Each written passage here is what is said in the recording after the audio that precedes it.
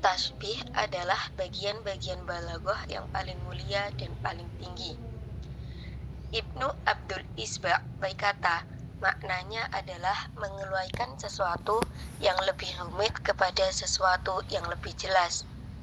Sedangkan yang lainnya berkata, penyamaan sesuatu dengan sesuatu yang lain yang memiliki sifat yang sama. Dan sebagian ulama berkata juga, yaitu jika kamu menetapkan suatu hukum kepada yang diserupakan atau musyabbah, dan hukum yang ada pada sesuatu yang menjadi asal perumpamaan itu atau musyabbabi, tujuannya adalah untuk memberikan kemudahan bagi seseorang dengan menjelaskan dari yang samar menuju yang jelas, dan mendekatkannya dari kejauhan menuju kedekatannya agar menjadi gamblang atau jelas. Jadi, tasbih adalah membeberkan suatu makna yang dikehendaki dengan suatu ringkasan yang simpel.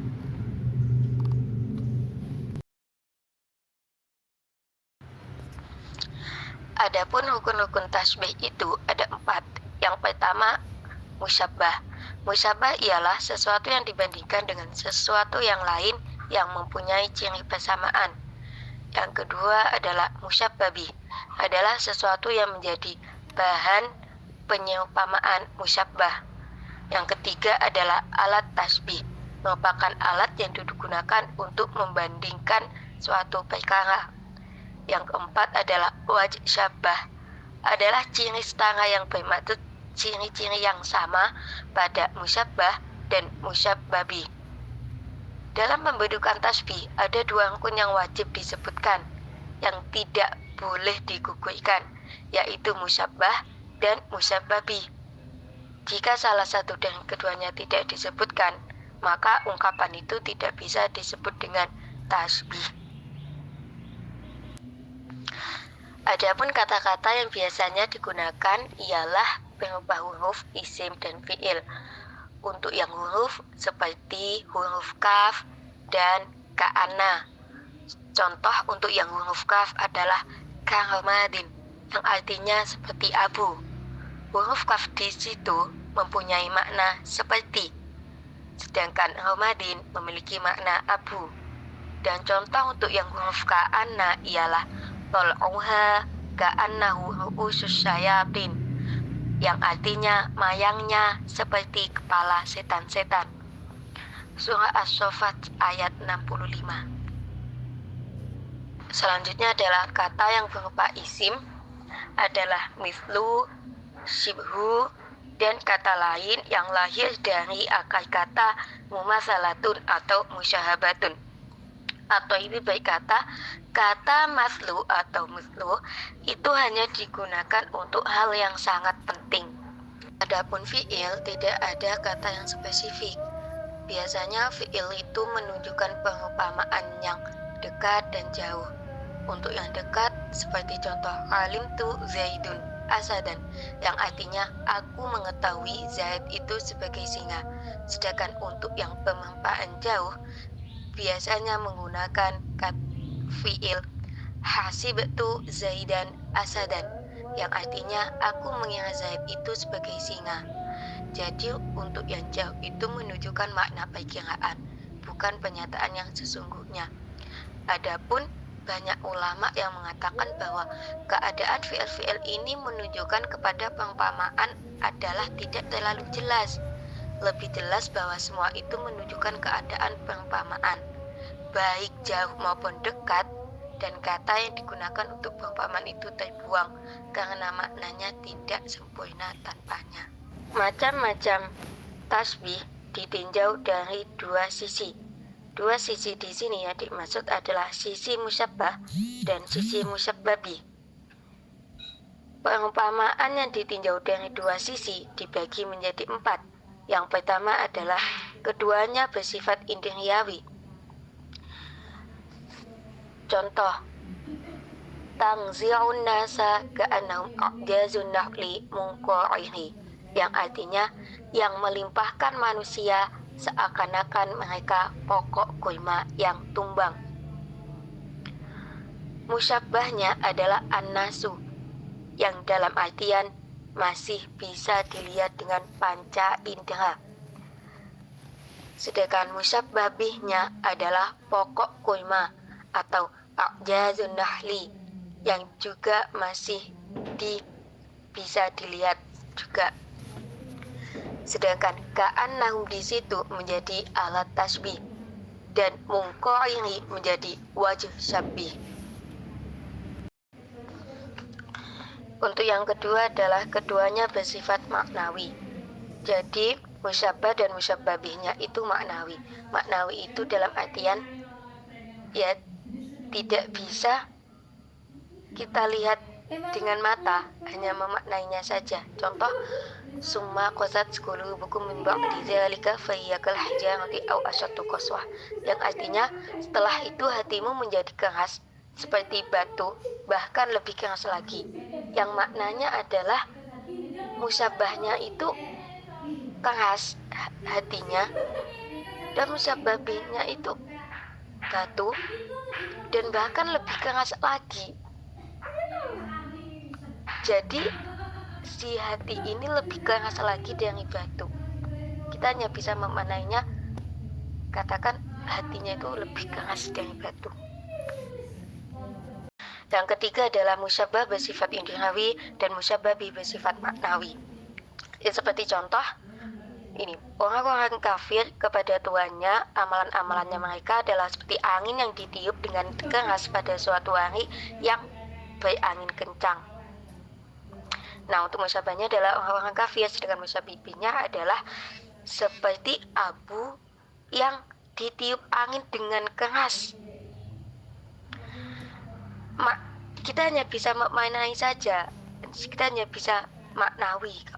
Makna dari seperti abu yang diterpa oleh angin yang sangat keras. Abu itu udah kecil dan sifatnya enteng, diterpa dengan angin yang sangat keras pada hari yang berangin. Ya seperti ya pasti terbang dan arahnya nggak kemana, jadi lontang-lantung gitu. Yang nomor 4 ini adalah kebalikan dari nomor 3, yaitu musyabbah bersifat maknawi dan musyabbah bih bersifat indrawi. Contoh yang keempat ini tidak terdapat di dalam Al-Quran. Namun Imam Abu Qasim tidak memperbolehkan sama sekali karena akal itu dapat memahami dari sesuatu yang bersifat indrawi. Maka yang dapat diindra merupakan asal pengetahuan akal.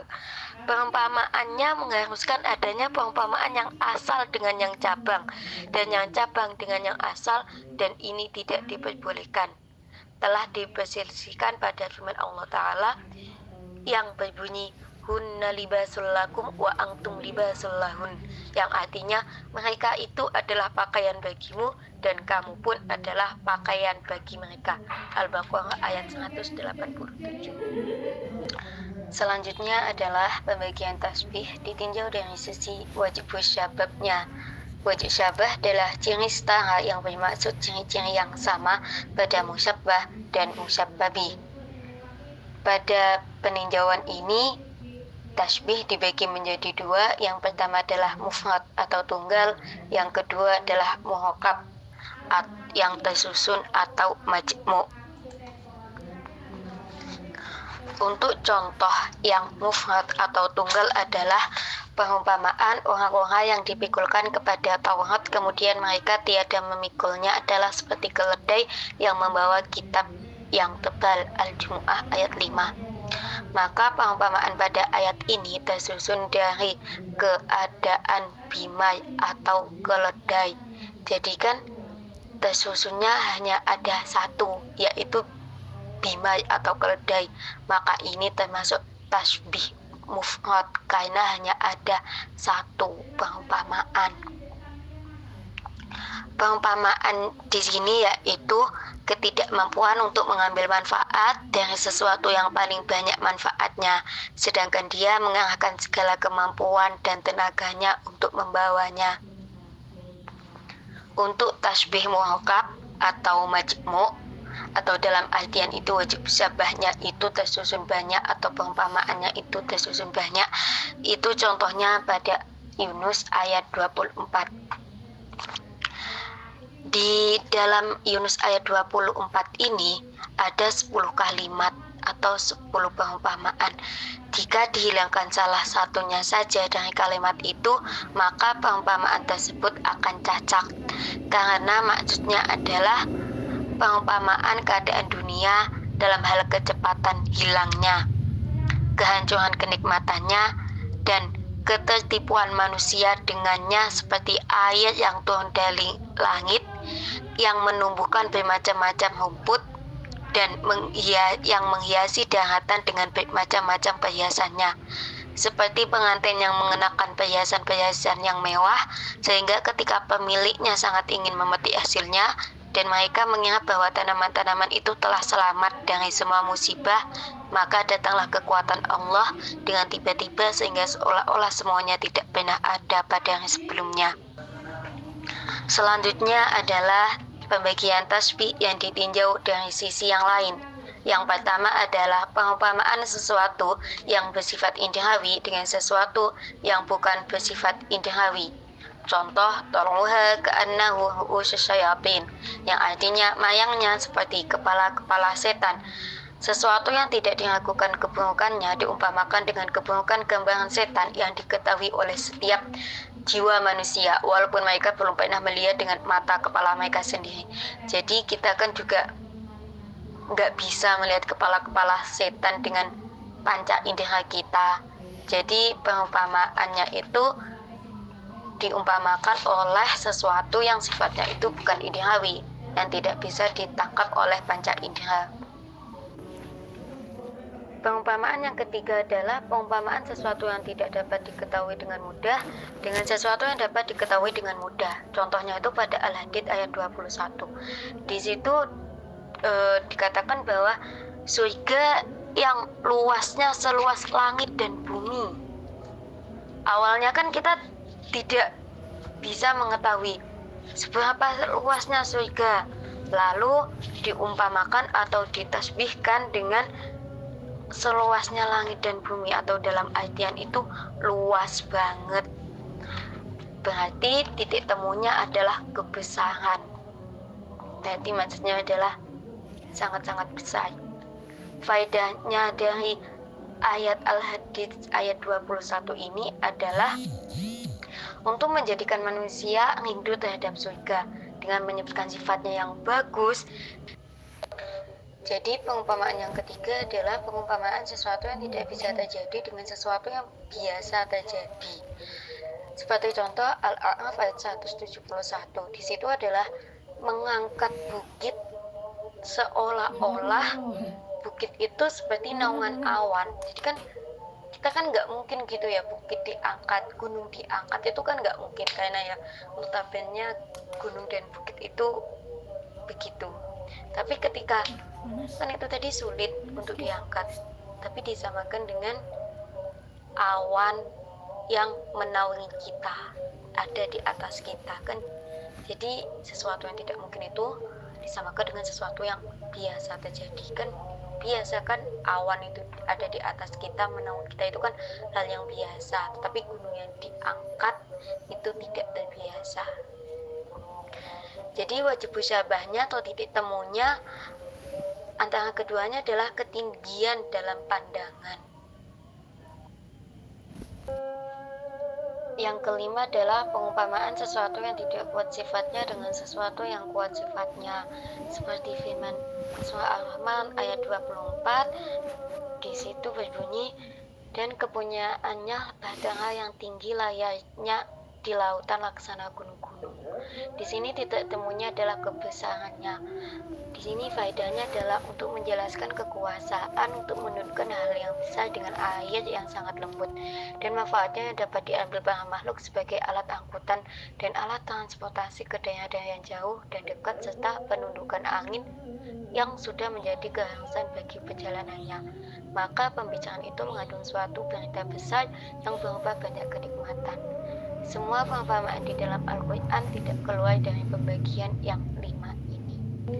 Selanjutnya adalah pembagian tasbih yang ditinjau dari sisi yang lain. Untuk yang sisi lain yang ini itu ditinjau dari sisi adatul tasbihnya atau alat tasbih. Untuk yang pertama adalah tasbih muakkad atau tasbih yang alat tasbihnya itu dibuang, seperti firman Allah Ta'ala An-Naml ayat 88. Di situ tidak ada alat tasbihnya, bahkan alat tasbih seperti huruf saja, huruf kaf atau ka'anna saja pun tidak ada. Untuk yang kedua adalah tasbih mursal, yaitu ada tasbihnya, tidak dibuang. Seperti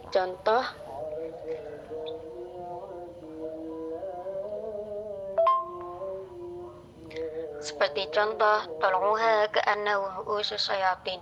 Di situ ka'annahu itu adalah alat tasbih. Jadi di situ tetap ada ka'annahu.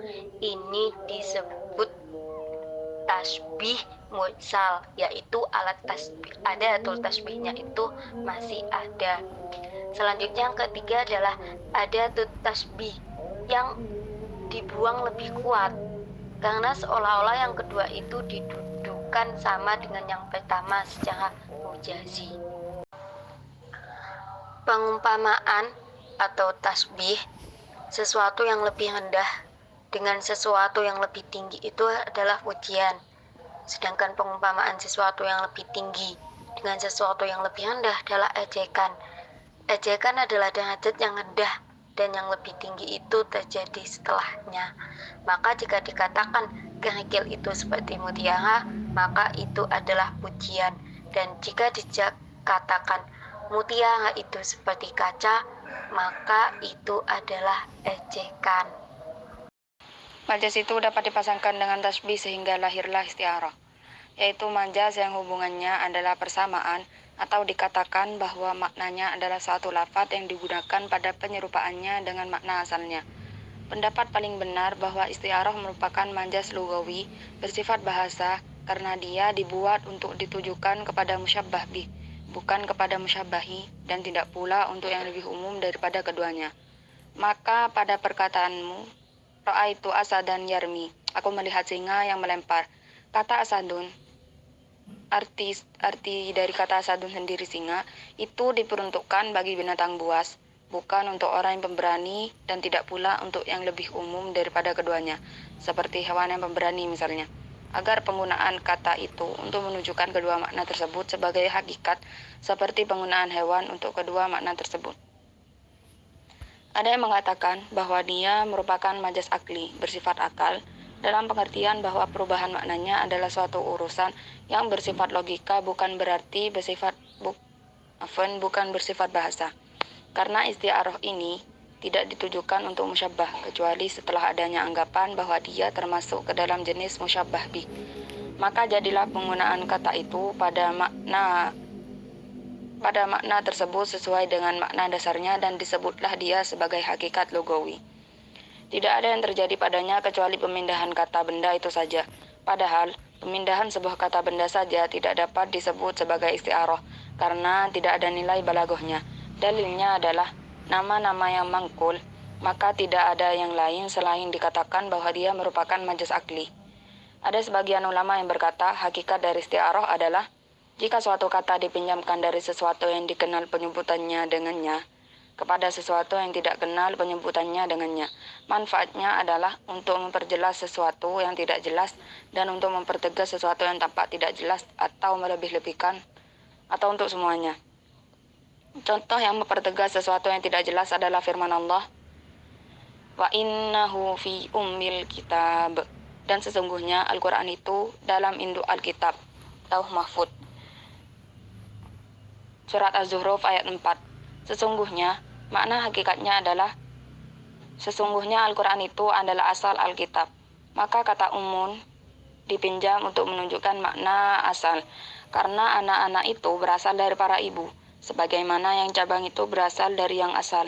Faedahnya adalah untuk menggambarkan sesuatu yang tidak terlihat agar menjadi terlihat, sehingga seolah-olah pendengar itu berpindah dari hanya mendengar menjadi melihat dengan mata kepala, dan itu lebih menjelaskan. Rukun isti'arah ada 3, yaitu lafadz musyabbah bi, musta'ar minhu, yaitu makna dari lafadz musyabbah dan musta'ar lahu. dan titik temu antara makna keduanya. Pembagian ini ditinjau dari berbagai macam sisi. Isti'arah ditinjau dari sisi rukun-rukunnya yang 3, maka dibagi menjadi 5 macam. Pertama, isti'arah dari sesuatu yang bersifat indriawi juga sesuatu yang bersifat indriawi dengan titik temu yang indriawi juga. Seperti pada firman Allah Ta'ala, wasta'ala ra'suh syaiba. Surat Maryam ayat 4. Musta'arnya adalah api, musta'ar minhunya adalah uban. Dan titik temu maknanya adalah kecerahan dan kemiripan cahaya api dengan putihnya uban. Semua itu bersifat indriawi. Kedua, isti'arah dari sesuatu yang bersifat indriawi untuk sesuatu yang bersifat indriawi dengan titik temu yang bersifat logika. Ibnu Abil Isba berkata, ini lebih lembut daripada yang pertama. Contohnya adalah wa ayatul lahumul lailu naslakhu minhun nahar. Dan suatu tanda kekuasaan Allah yang besar bagi mereka adalah malam. Kami tanggalkan siang dari malam itu. Surat Yasin ayat 7. Musta'arnya adalah kata asalhu yang digunakan untuk menunjukkan makna pengulitan kambing. Musta'ar minhunya adalah hilang malam dengan terangnya siang. Keduanya bersifat indriawi dan titik temu maknanya adalah keberurutan yang satu setelah yang lainnya dan hasil yang diakibatkannya. Seperti urutan tampak daging dari kulit yang dikuliti dan hilangnya kegelapan setelah tersingkapnya cahaya. Urutan merupakan sesuatu yang bersifat logika. Contoh yang lain adalah faja'alnaha hasinda. Lalu kami jadikan tanaman-tanamannya laksana tanaman-tanaman yang sudah disabit. Surat Yunus ayat 24. Kata hasidan asalnya digunakan untuk menunjukkan tanaman yang dipanen dan titik temunya adalah kehancuran. Itu adalah sesuatu yang bersifat logika. Ketiga, isti'arah dari sesuatu yang bersifat logika untuk sesuatu yang logis dengan titik temu yang logis. Ibnu Abil Isba berkata, ini adalah isti'arah yang paling lembut. Contohnya adalah qanu ya wailana man ba'atsana min marqadina. Mereka berkata, aduh, celakalah kami. Siapakah yang membangkitkan kami dari tempat tidur kami? Surat Yasin ayat 52. Musta'arnya adalah tidur dan musta'ar minhunya adalah kematian. Dan titik temu maknanya adalah tidak adanya gerakan. Semua itu bersifat logika. Keempat, isti'arah dari sesuatu yang bersifat indriawi untuk sesuatu yang bersifat logika dengan titik temu makna yang bersifat logika juga. Seperti firman Allah Ta'ala, masad humul ba'sa wat-dharra. Mereka ditimpa oleh malapetaka dan kesengsaraan. Surat Al-Baqarah ayat 214. Kata al-masu yang secara hakikat ditujukan untuk tubuh yang bersifat indriawi itu dipinjam untuk menunjukkan makna tertimpa musibah. Titik temu maknanya adalah ketertimpaan dan itu bersifat logika.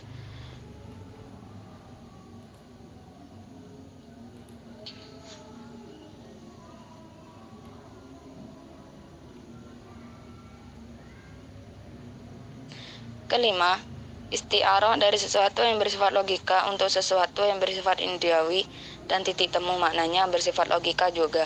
Seperti firman Allah Ta'ala, inna lamma tawal ma. Sesungguhnya kami tatkala air telah naik sampai ke gunung. Surat Al-Haqqah ayat 11. Musta'arnya adalah kebesaran dan itu bersifat logika. Musta'ar minhunya adalah isti'arah dilihat dari sisi lafadznya menjadi dua, yaitu pertama asliyah, yaitu lafadz yang dipinjam merupakan isim jenis, seperti ayat bi'ablim minallahi wa hablim minan nas, kepada tali Allah dan kepada tali manusia. Kedua, tabaiyah, yaitu lafadz yang dipinjam bukan merupakan isim jenis seperti fi'il, isim mustaq, isim fa'il, isim maf'ul, masdar, dan yang lainnya. Seperti ayat-ayat lain yang disebut di atas dan seperti huruf-huruf seperti firman Allah Ta'ala, faltaqatahu alu fir'auna liyakuna lahum aduwwan wa hazana. Maka dipungutlah ia oleh keluarga Fir'aun yang akibatnya dia menjadi musuh dan kesedihan lagi mereka. Surat Al-Qasas ayat 8. Isti'arah ditinjau dari sisi yang lain dibagi menjadi murasyahah, mujarradah, dan mutolaqah. Pertama, dan inilah yang paling baik balaghahnya adalah jika disambungkan dengan yang sesuatu dengan musta'ar minhunya seperti firman Allah Ta'ala, ulaika alladziina ishtaraw ad-dhalalata bil huda fama rabihat tijaratuhum. Mereka itulah orang yang membeli kesesatan dengan petunjuk, maka tidaklah beruntung perniagaan mereka.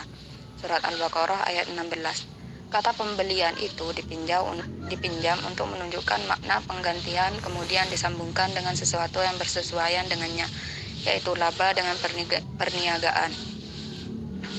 Kedua, jika disambungkan dengan musta'ar seperti fa'adzaqahallahu libasal ju'i wal khauf. Karena itu Allah merasakan kepada mereka pakaian kelaparan dan ketakutan. Surat An-Nahl ayat 112.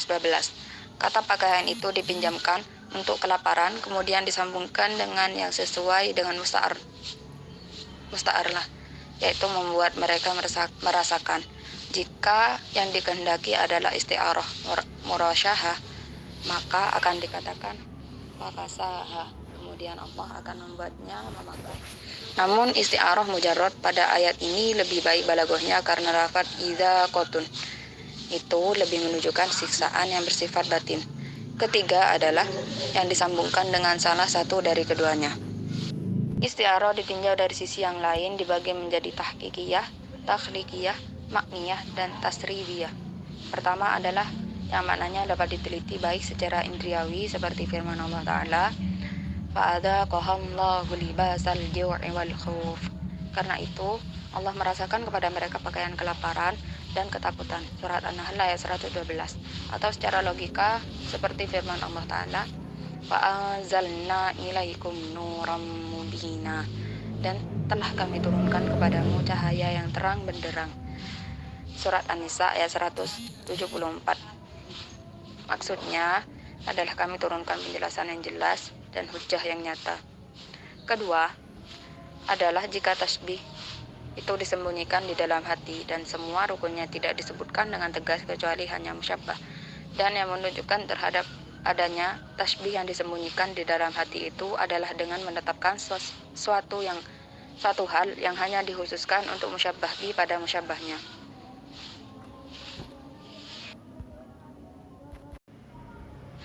Tasbih yang disembunyikan di dalam hati disebut isti'arah makniyah, isti'arah bil kinayah, karena isti'arahnya tidak disebutkan dengan tegas tetapi hanya ditunjukkan oleh sesuatu yang merupakan kekhususannya.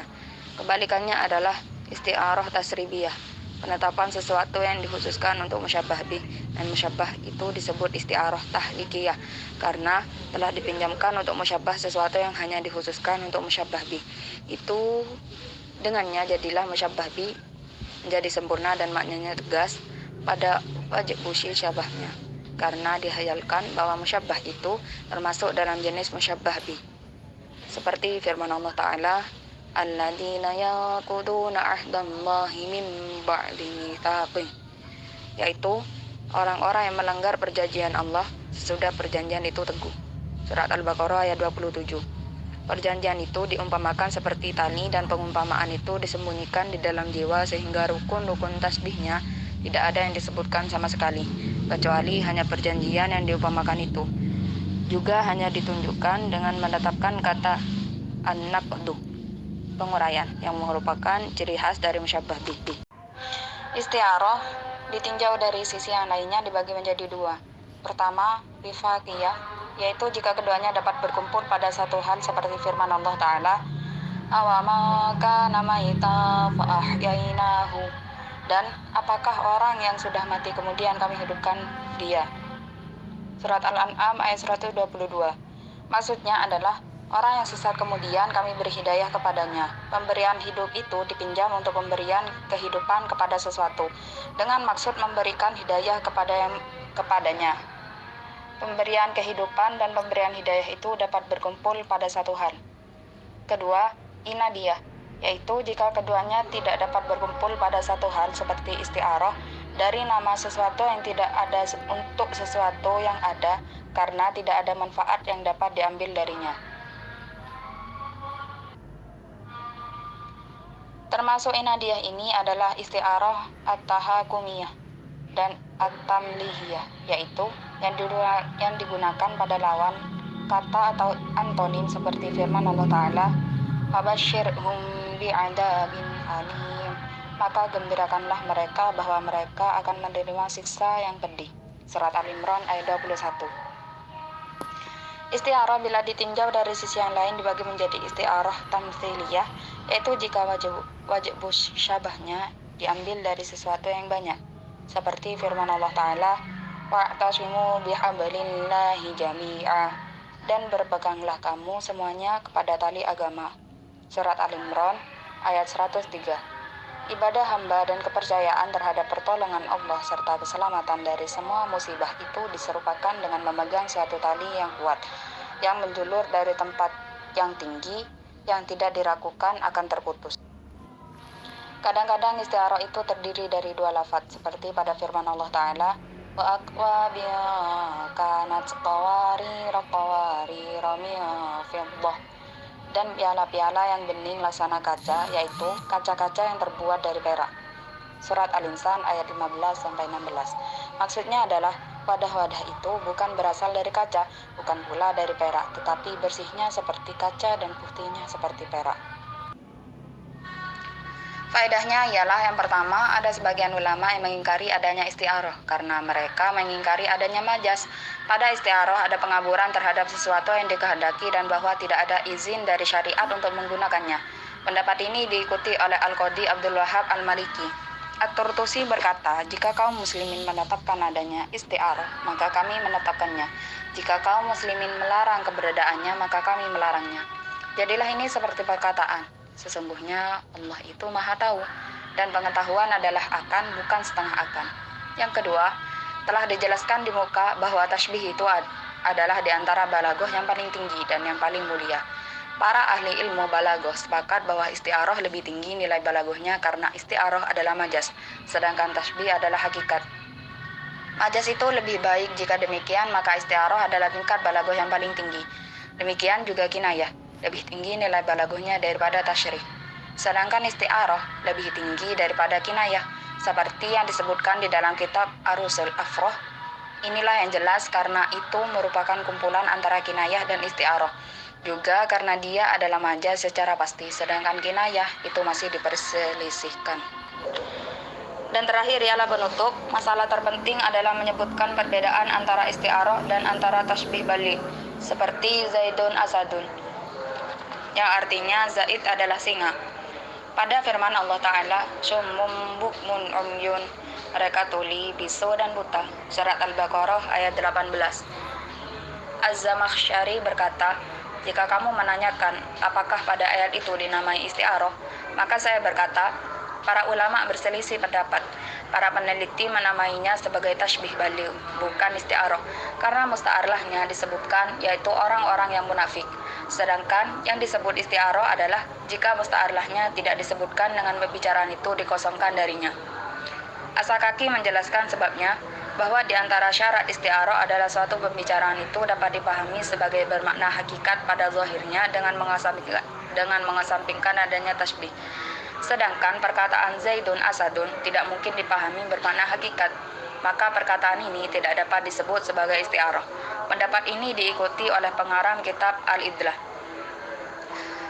Disebutkan di dalam kitab Arusul Afroh, apa yang dikatakan oleh dua orang ulama ini tidak dapat dibenarkan. Kelayakan untuk menafsirkan suatu pembicaraan itu secara makna hakikat pada zahirnya bukan merupakan syarat isti'arah. Bahkan, jika dibalik dan dikatakan tidak ada syarat kelayakan seperti itu, maka ini lebih dekat kepada kebenaran karena isti'arah merupakan suatu majas yang memiliki suatu qarinah. Jika tidak ada qarinah, maka tidak boleh memahaminya sebagai isti'arah, tetapi memahaminya sebagai hakikat. Kita hanya memahaminya sebagai isti'arah hanya karena adanya qarinah, baik yang bersifat lafaz maupun yang bersifat makna, seperti Zaidun Asadun. Maka pemberitaan tentang Zaid ini merupakan suatu qarinah yang mengalihkan dari kehendak makna yang hakikat. Pendapat yang kami pilih pada perkataan seperti Zaidun Asadun adalah perkataan ini dapat bermakna dua. Kadang-kadang dikehendaki suatu tasbih sehingga adatut tasbihnya dikira-kirakan, kadang-kadang dikehendaki makna isti'arah sehingga tidak ada adatut tasbih yang diperkirakan. Kata Asadun itu digunakan pada makna hakikat penyebutan Zaid serta pemberitaan tentangnya dengan sesuatu yang tidak layak. merupakan suatu qarinah yang mengalihkannya kepada makna isti'arah dan menunjukkan kepadanya. Jika ada suatu qarinah yang menunjukkan adanya pembuangan adatut tasbih, maka kami memahaminya demikian. Jika tidak ada, maka kita memahaminya antara isti'arah dan idmar, yang artinya penyembunyian. Memahaminya sebagai isti'arah adalah lebih baik, maka itulah yang kami ikuti. Termasuk di antara ulama yang menegaskan perbedaan ini adalah Abdul Latif Al-Baghdadi di dalam kitab Qawaninul Balaghah. Demikian juga Hasim berkata, perbedaan antara keduanya adalah walaupun isti'arah mengandung makna tasbih, tetapi memperkirakan adatut tasbih padanya tidak diperbolehkan. Sedangkan tasbih yang tidak menggunakan sebuah huruf yang menunjukkan tasbih adalah perbedaan dengannya sebab memperkirakan adanya adatut tasbih padanya adalah wajib. Cukup sekian dari kami. Mohon maaf bila masih ada banyak kesalahan karena kita masih sama-sama belajar. Sekian dari kami. Wassalamualaikum warahmatullahi wabarakatuh.